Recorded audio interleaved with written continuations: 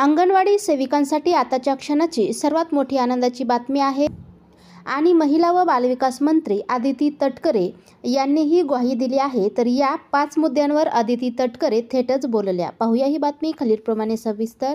तत्पूर्वी चॅनलला अजूनही सबस्क्राईब केले नसेल तर सबस्क्राईब करा, समोरील बेललाही क्लिक करा, म्हणजे असेच नवनवीन लेटेस्ट अपडेट सर्वप्रथम तुमच्यापर्यंत पोहोचतील। तर पाहूया बातमी खालीलप्रमाणे सविस्तर।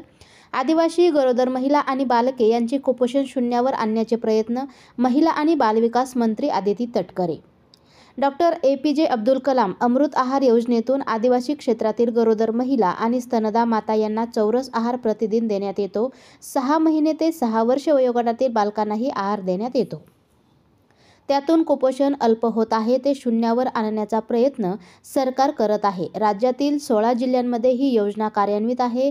इतर जिल्ह्यातील गरोदर आणि स्तनदा मातांना असाच आहार देण्याचा सरकार विचार करील, अशी ग्वाही महिला आणि बालविकास मंत्री अदिती तटकरे यांनी विधान परिषदेमध्ये दिली। भाजपच्या आमदार चित्रा वाघ यांनी याविषयी तारांकित प्रश्न उपस्थित केला होता।